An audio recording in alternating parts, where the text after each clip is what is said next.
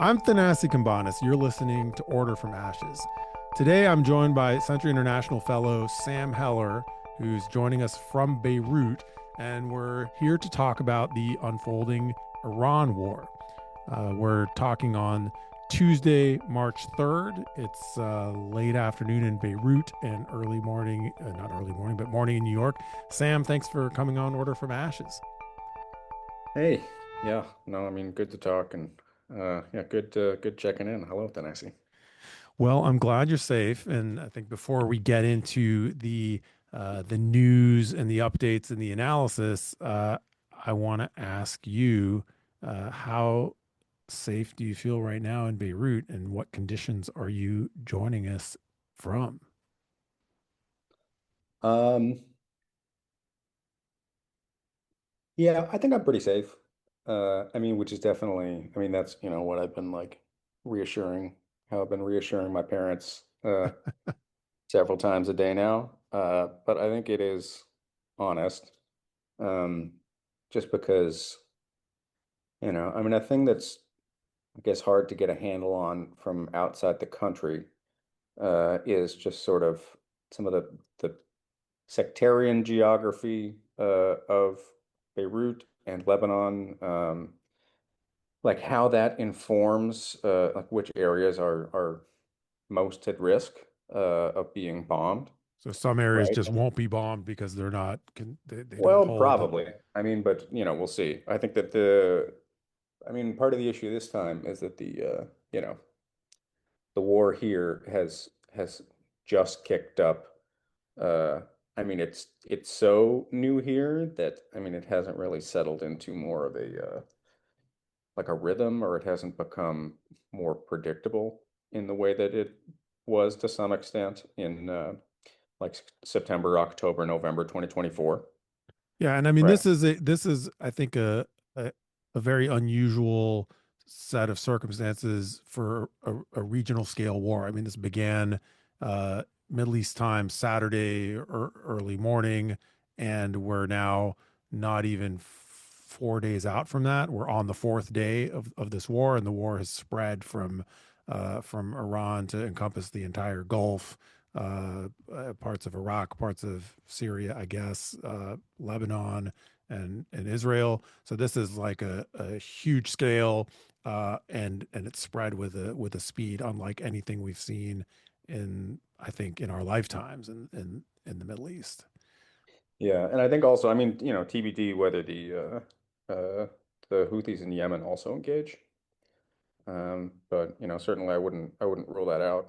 Well, Um, so let's talk a little bit about the war that's begun in Lebanon, and then I mean the first thing I want to use your like location for is to give us and our listeners a little bit of a sense of what it looks like from the Middle East, because I think there's a lot of discourse, not just in the U.S. but in international media, that is the reporter, the anchors of the stories are in Tel Aviv or Washington.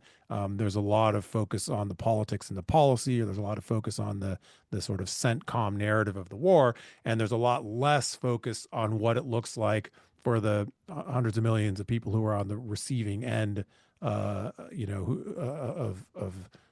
the bombs. So maybe start a little bit with what it's like in Lebanon, and how it feels both security wise, and also like to the extent you have a finger on this, how it feels to the sense of like political uncertainty, maybe political hopefulness, maybe like fears of the bottom falling out. Like what's the temperature? yeah. Well, I mean, so, now at this point I mean, there are many countries that are now kind of under fire, uh, many more than there had been in like previous rounds of conflict. I mean, so for the first few days of this, I mean, I was actually, to some extent, it was a relief to be in Lebanon and then not in, for example, Dubai, right? Because I think that in many of like Which the is a Gulf states, surprise twist, right? Usually Dubai is one of the safest places to be during a regional conflict. Right. Yeah. I mean, I think that, you would ordinarily assume that like many of these Gulf cities would be kind of out of the like the line of fire. Um, but then no, I mean, they've been targeted fairly directly, and I think, I mean, these are places that are not built for that, right? Or people, I think, like don't know how to, where there isn't like an obvious way to stay safe in some place like Doha or Dubai. So I think that, I mean, being there, I don't know, I feel like I would be more disconcerted being there. Uh, I mean, in Lebanon, we've got a little bit more kind of recent experience with how this works, how to navigate it. I mean, The I kind of, macabre practice that comes from having been at war on and off for nearly constantly since the end of the Civil War in 1990. So people have a set of practices for where to take shelter and where to flee when the Shia areas get bombed. But this was although I mean, it was on and off, but I mean, it was off for a long while, right? Basically until like October 8th, 2023. Um, and then even then, like it didn't become something like fuller and more encompassing until the Pagers attack in September 24. well, and so what Uh, happened? What happened on Sunday but it night? seems like we're kind of we're so far, it looks like we're sort of back to that pace or that like level To the of, level of bombing that was common regular during the height of the Hezbollah Israel war after October 7th. yeah, but I mean, it kind of remains to be seen whether, like the scope of Israeli attacks will remain, will stay in line with that. Whether like some of what had been off limits before will remain that way, right? I mean, so like previously they had avoided striking the airport directly, Hmm. in like the last war. I don't know if maybe that was, a concession to the Biden administration at the time, or maybe to like like friendly Western countries who, wanted their nationals to be able to exit the country. Well, So I don't know if like that will hold this time.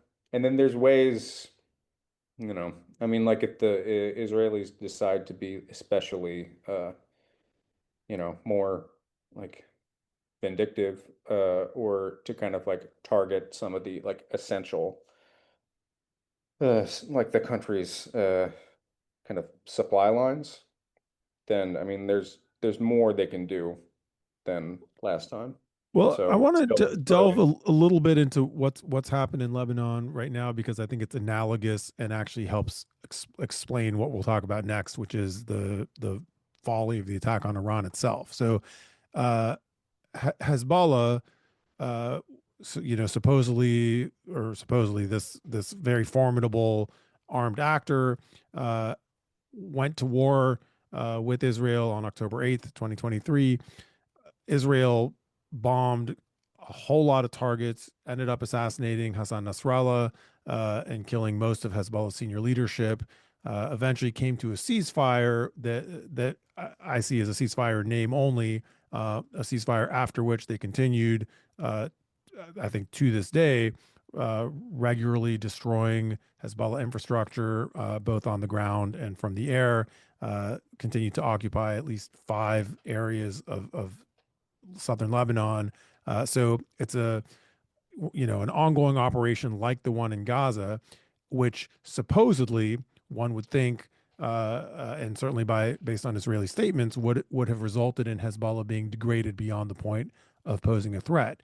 And then we fast forward to Sunday or Monday morning. I'm not sure exactly what the timing was locally when Hezbollah attacked Israel with I guess five or six rockets, and has continued to do some amount of strikes on Israel, which turn out to be significant enough to merit this large Israeli response. So, one of my questions is, uh, you know, what if anything has Israel learned about the inability of extreme force to completely erase the threat that a group like Hezbollah is able to pose. I haven't gotten the impression that Israel has learned anything to that effect. And then, in fact, I mean, I just read there was a New York Times article that I just read about their Israel's outlook in Lebanon and the region generally that suggested that potentially their objectives in Lebanon this time are even more ambitious than before, right? I mean that they plan to to sorry for the audio. I'm re-upping my mate. I need, energy Uh, for discourse. for our listeners, we don't share video, but Sam is drinking a cup of mate tea through a metal straw, and it's something to behold. The no, I mean, so the Israelis, I mean, they like some of the, I mean, this article was relying principally on like analyst comment, but I mean, they were talking in terms of aims that were even more far-reaching, right? I mean, like the total disarmament of Hezbollah, right? I mean, the Hezbollah reduced to like a purely civilian political entity. Well, Um, so is so I your don't think that the Israelis have been chastened. I think also, I mean, important thing to note is that like, I mean, so Hezbollah self-evidently was when they kind of struck this initial target outside the Haifa area. I think that, I mean, they're self-evidently were not deterred by the threat of a massive and overwhelming Israeli response. I don't think, at least so far, it's not evidence that Hezbollah has, remained especially potent or capable, right? I mean, like what Hezbollah can actually, like its real capabilities after the last war, after this kind of year and several month interregnum rebuilding period, I think are basically unknown, right? I mean, so I think in part by design, right? I mean, there was talk after the ceasefire was agreed last time that that Hezbollah would revert to a more like underground or clandestine mode, right? That there wouldn't be the types of performance or shows of force that there had been prior to the last war. Um, so how effectively they were able to, in the meantime, to reorganize themselves, to kind of reestablish some of their, those more meaningful capabilities, I think are so far unknown. I don't think that it was and it certainly also some people have diminished that initial Hezbollah attack, right? They've said that, that this was just Hezbollah taking pot shots at the Israelis, that right, a this sort of is like absurd ineffectual? and genocidal and, Uh, you know, um, I think that, what Hezbollah is doing and is able to do, I feel like will only become, I think it's only going to become clear with some additional context as we see kind of how else they're able to ramp up and then like what some of the how they follow up that initial salvo.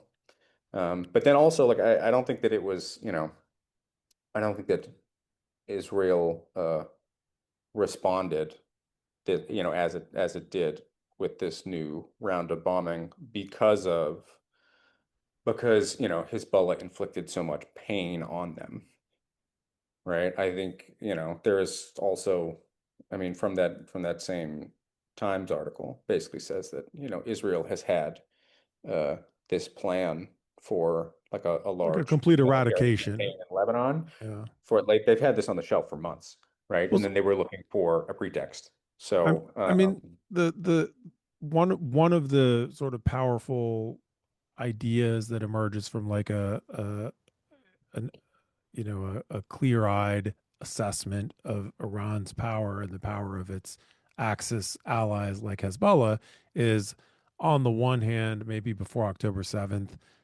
analysts, among whom I include myself, overestimated how much power these different players had, right? How much military force and reach they had. But now, I certainly think that the United States government and the Israelis are way underestimating the floor of the power that these groups still have, right? So, if before there was a sort of mistaken idea that these resistance actors were so formidable that they could like strategically shut down global trade and kill lots of people and harm American bases and so on. Now there's almost a really unearned disregard for these actors' ability to be spoilers, which by the way, is something they've always been good at because it doesn't take a whole lot of high tech military power to be like a disruptive and painful, problematic military annoyance. So things that we wouldn't think of as strategic threats, but that ultimately are not tolerable. For example, blowing up uh, hotels in Dubai or apartment buildings in Israel. Right, these are things that are not strategic threats to the integrity of the states, but actually functionally are not amounts of violence that these states can tolerate. And that's in my view why it's always been imperative to have a political dimension, like whatever your strategy is for containing Hezbollah or Iran has to have a political dimension because ultimately, if they're not politically bought into to a non-war dispensation, then they can always do this kind of low-grade violence that is essentially unstoppable and also intolerable to these more modern states. Yeah, I mean, I think um, there's maybe a few things that have changed, that have become apparent over the past now, what, almost 3 years. Um, so I think that, I mean, with Hezbollah, I mean, it was always obvious that there was like an asymmetry there between like Hezbollah's power and capabilities, and then those available to Israel, and then to Israel with U.S. backing, right? Just as you know, like a higher income, technologically capable, a state. Um, but I think that asymmetry, I mean, basically, this became clear with the Pagers attack, with explosion. There was like a secondary detonation of uh, like booby-trapped radios. Just days later, there was assassin. I mean, the targeted killing of Nasrallah, other leadership. I mean, turned out that there was like a much more dramatic imbalance of power there than I think many outsiders had assumed, right? I mean, mainly because, it turned out that the Israelis had some secret capabilities that they had held in reserve, And were those right? capabilities like intelligence penetration, or were those capabilities actually, kinetic abilities to destroy targets? I think, I think probably intelligence, right? I mean, of various kinds, right? I mean, but it seemed like they had penetrated Hezbollah, uh, the organization's communications, it's like org chart, in ways that I think nobody had fully appreciated or anticipated. There's also been, I think some degree of, I mean, there's been technological change that has happened over the past years, and then, I mean, so the Israelis have definitely been on like the cutting edge of, employing like new AI technologies for like bulk intelligence collection and processing, and then so if you are a non-state actor, and then that like Eye of Sauron is really trained on you, then I'm not sure how much you can realistically hide. Um, but then, I mean, once anyways, so I mean, so it was Israel's escalation that really at that point decimated Hezbollah. Then, I mean, with the, I think that it was the defeat then of Hezbollah that then kind of unchained, that really unleashed Israel regionally, right? So once they were Because free from a significant threat from Hezbollah, they became free to focus on their most maximalist ambitions vis-a-vis Iran. Um, yeah, on and anything, right? I and mean, like for so long, I mean, what had constrained them, what had held them in check was the threat of like a Hezbollah's barrage intervention. of missiles from Hezbollah that would make northern Israel uninhabitable, right? That's the Right. And that would be, in theory, kind of much more proximate to Israel and its northern border, and, more difficult to like defend against or intercept than fire from like a much more distant Iran, so right? is Hezbollah today really able to do serious damage to Israel, or is what I mean, I know you said a minute ago it's early in the running to judge this, but um, should we see Hezbollah's capacity as more nuisance level at this point rather than like a significant military threat? Yeah, I'm not sure. Um, like I guess, I mean, again, in theory, they have spent the past year plus you know, rebuilding, adapting. Um, what that will amount to, I don't know. Um, but I think also, I don't know, I mean, we need to look at what Hezbollah is now doing and will do. I think in the context of this like broader regional war, right? I mean, Hezbollah is not fighting alone or in isolation, right? I mean, it is attacking Israel in parallel or in concert with Iran. Iran seems like it has, its theory of victory. I mean, at least my impression, is one of um, basically holding on for a protracted conflict that exhausts some of the United States and Israel's supplies of munitions, including interceptors, and thus, allows Iran to increasingly begin to inflict real pain on the United States, Israel, like their regional friends, in ways that would like meaningfully change their calculus going forward and their appetite for a like another resumed round of conflict.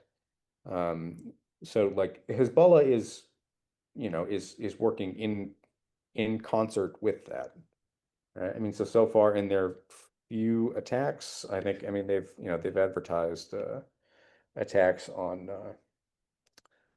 I think radar facilities uh, principally. So So this really is like a unity of fronts counterattack on Iran's behalf. I mean we'll have to see, but I think it may also be it may I mean to the extent that if they are able to you know to to hold on to keep up this rate of fire, I mean, then they may be operating on a like a timetable uh, similar to the Iranians, right? I Let, mean, this may be something that is intended to culminate uh, like later, right? Or like over several weeks, and then not immediately. I'm Thanasi Kambanis. You're listening to Order from Ashes, Century International's podcast, and I'm talking to Sam Heller, a Century International fellow who's joining us from Beirut, where he lives. We're talking about the Iran war. I don't know really what to call it. Maybe the American-Israeli war, but we're talking about this war, and we've been focused for the first part of our conversation on Hezbollah, which joined the war on between the second and third day of the war. We're talking now on the fourth day of the war, Tuesday, March 3rd. Sam, we were just before the break starting to talk about Iran's view of this, and I want you to elaborate on that. Uh, the the certainly the theory of, to the extent that they've articulated it and to the extent that they have thought any of this through, the theory of the Israelis and the Americans who initiated this war is that they can more quickly destroy Iran's missile capabilities than Iran can run out the West's interceptors that defend it against these missiles, right? So they seem to believe that by the time they've run out of interceptors, Iran won't be able to be, dropping missiles on significant targets around the region. And Iran's, at least publicly stated, approach is that that it is prepared for a long conflict, and that, after Trump's 4 weeks are up, it will still be as able as it is today to hit targets. And I guess we won't know. We won't know until the war either ends or doesn't end in some near point of time. But I'm curious what you think Iran's uh, prospects are to, both emerge with the regime intact, and I think equally importantly, what is its power to just wreak suffering around the region, and impose an ongoing cost for this war, even if it doesn't survive, even if the regime in Iran doesn't survive intact. Um, yeah, no, I don't know what Iran's survival prospects are. I think also, I've heard people talk about this kind of, I guess, missile map. I feel like I've Yeah, heard people call yeah, I've heard that too. it, which makes sense to me, right? I mean, this race by, you know, United States and Israel to neutralize uh, Iran's stock of missiles and then, related material infrastructure, um, before Iran can, exhaust the supply of interceptors. Um, I don't know. I mean, I'd just say that I don't. I mean, beyond that, right? I mean, I buy that, the United States and Israel are attempting that. I mean, beyond that, like, I don't really know what the U.S. and Israel are trying to do. I don't know. I don't know if the U.S. and Israel are necessarily like-minded on that, right? I mean, if they do have the same objectives in this war, um, I mean, certainly, the Americans seem entirely confused, right? And if we look at their public statements, some of these interviews that Trump has done, they seem to have like no defined idea of what they are trying to accomplish. I mean, there's some suggestions that I guess they would they would they'd like to reproduce the Venezuela experience in Iran, which seems totally unrealistic. But then, I mean, the Israelis could be at like a right angle to that. I mean, they may be pursuing something different entirely, right? I Like mean, the they may idea of just, a power vacuum in Iran, which would be like terrible for most people in the region, maybe is perceived by Israel as a positive outcome. yeah, I mean, they may just be seeking, A weak and the fractured input, Iran that keeps the region busy. yeah, regime collapse, right? I mean, that may be a like a desirable outcome for them. I mean, more so than the installation of a like any new Iranian regime that would like maybe, that could potentially, with time mature into a challenge. Then I mean, they may, there's some precedent for, believing that they, that they would rather, have like a wasteland. Well, and, Uh, and and so from a United States perspective, uh, is there any conceivable interest in being involved in this war?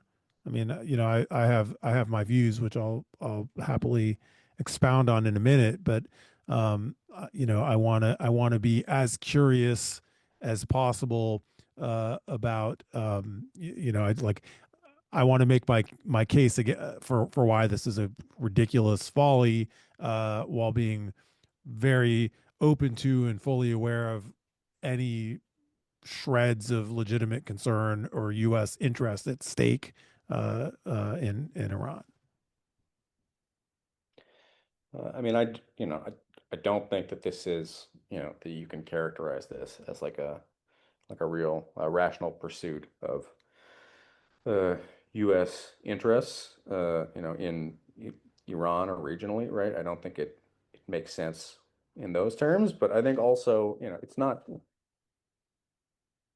I think we need to go beyond that in discussing this, right? I feel like we're maybe falling into the trap of, some of what what you hear from congressional Democrats, for example, right? The I mean, to talk procedural about how, objections. yeah, about how like the Trump administration has not I mean hasn't explained what their what their objectives are in Iran. Like what's the plan? How are they planning to do this?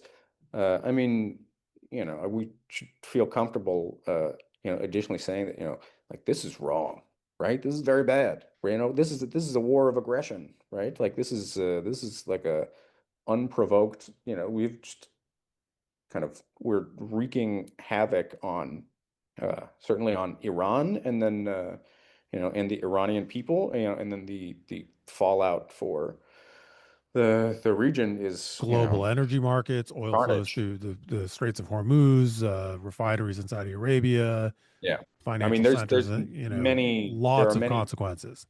many interested reasons to think that this is a bad idea, and then I think you can definitely you can enumerate them, but I think also, we need to kind of keep track of how like this is a crime. It's a It's crime. very bad. It's a cause. It's a driver of chaos. I mean, again, from a U.S. perspective, the any entity in the U.S. with power to stop this should exercise that power, right? Congress should cut off funding until the war stops, right? I mean, they use the power of the purse. So there's talk of things like the War Powers Act and an authorization for use of military force as a way of having an authorization debate that could hopefully be used to stop it. And I think both of those sound like good things that we need, but also we need to stop the war, right? And the one way to do that is for the branch of government that actually controls appropriations and represents the public to simply use its power to make it stop. Yeah. Which I although I doubt that will happen, that is what should happen, and it's pretty mind-boggling that a war this consequential was undertaken literally with no discussion, and I think no fear of consequence by the administration. I mean, I think the administration believes, I hope wrongly, but it believes that it can do this, and whether it proves to be a crazy folly or not, like this is not a politically risky thing to do, which I find astonishing, right? If you think back to the lead up to the Iraq War, uh, those folks felt like they had to lie and make up intelligence and do all these, insincere theatrics because they understood that there was a not just a real world risk to doing a stupid war and killing a bunch of people, but they, in a self-interested way, were afraid for their political survival if they messed this up. And for sure, this current very bellicose administration has made the calculation that this is like a politically safe thing to do, which again I find like it's nuts. And I hope it's not true. If it is true, it really calls into question a lot of my views about what kinds of checks and balances exist in a democracy. And if it's not true, we're gonna find out at the cost of a lot of needless death and I think long tail chaos. I mean, I think that, I mean, I'm kind of psychologizing here, I guess, but I mean, it looks like Trump and his administration have that they were emboldened by you know, airstrikes in Syria twice in his first term, which I think, earned Trump a lot of bipartisan praise. Um, the killing of Qasem Soleimani, uh, which, for which the consequences, were could have been worse, but, were ultimately, pretty manageable. Um, in terms of the Iranian missile strike on Ain al-Assad and Anbar. Uh, and then kind of more proximate, like more recently, the U.S. bombing of Iran's nuclear facilities, and then now the kind of the kidnapping of Nicolas Maduro in Venezuela. I mean, both, kind of big, dramatic moves for which the fallout was seemingly was minimal. Um, so.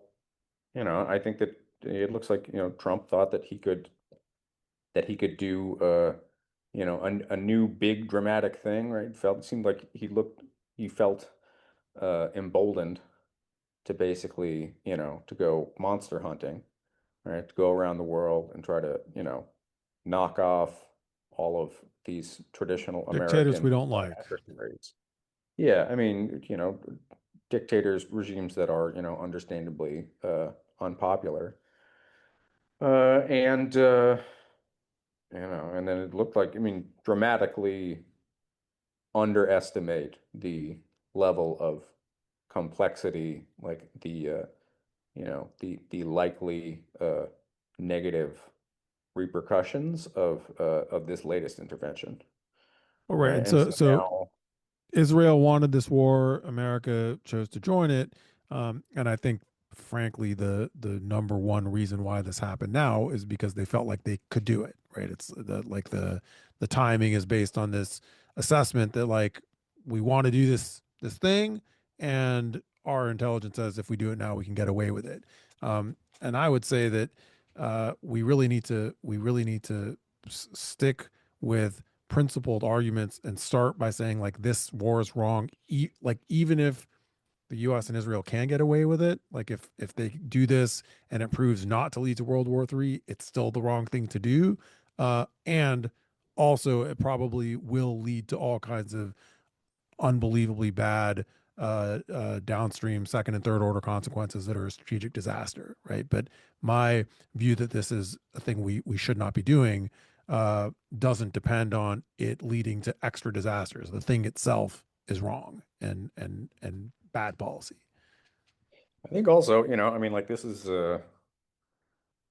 I mean, we'll see. I mean, because Trump is at this point he's like a mad king, right? So he could do all kinds of unpredictable, wild stuff.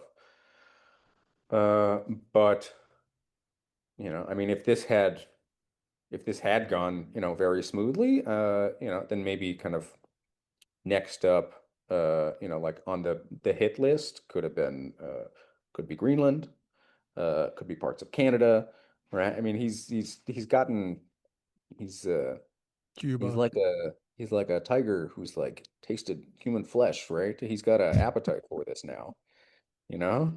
And he's loose. We've inflicted him on the world. Uh, and then yeah, so at some point I think, you know, somebody had to, you know, somebody had to resist, right? If he was going, at all to be slowed down, right? Or Well, deterred. right, and this Uh, is like a terrible dilemma, which is that we don't want a world in which the United States is now the lead spoiler and bad actor, destabilizing the international sphere and gobbling up territory and dropping we bombs on are you know. we are the pirate states of America, Yeah, right. right? So we don't want We that, are and buccaneering around the world. on the other hand, we don't want the resolution to that to be like Iran doing some terrible thing that kills a huge number of people, and that be the thing that saves us from America's overextension. And this is the stupid dilemma that we have created for ourselves in the world by under embarking on this elective war of choice that has literally no conceivable national security justification, at least from the perspective of American interests. Yeah. I mean, this is not to valorize what Iran or its friends are doing, like drone missile attacks on on Gulf Emirates. It's just that, yeah, I mean, we have opened up like this now this like vortex of chaotic violence. And so I guess we'll see like where that sweeps us. Well, Um, Sam, yeah. I really appreciate you joining us from Beirut, and I'm afraid we're going to have ample opportunity in the coming weeks to revisit this. I'd like during the duration of this conflict to be doing pretty regular, timely podcasts with our fellows in the region, so we don't have to get to everything we'd like to discuss about this because, again, I'm afraid that like a week from now, 10 days from now, 2 weeks from now, there's still going to be more of this happening and more to unpack. And one of the things I've most appreciated about your early analysis of the conflict is constant reminders not to jump to conclusions and full assessments based on 1 day or 2 days worth of exchanges. And I think in our own conversations about what Iran's doing, what Hezbollah is doing, you've said like, they have a long-term plan. Let's see how it plays out. Like, we can't conclude that what happened on Monday, March 2nd is a conclusive indicator of how this is going to play out. So thanks a lot for keeping us focused on the vote that these other actors have on the outcome of this war. Yeah, no, I'm just trying to, just here. I'm trying to make sense of things and stay safe. So that's where I'm at. Well, thanks a lot, Sam. You've been listening to Order from Ashes. I'm Thanasi Kambanis, Director of Century International, and I've been talking to Sam Heller, Century International Fellow based in Beirut. Sam, be careful and keep bringing us your great reporting and analysis. Yeah, I'll do what I can. Good talking. Take care, Sam.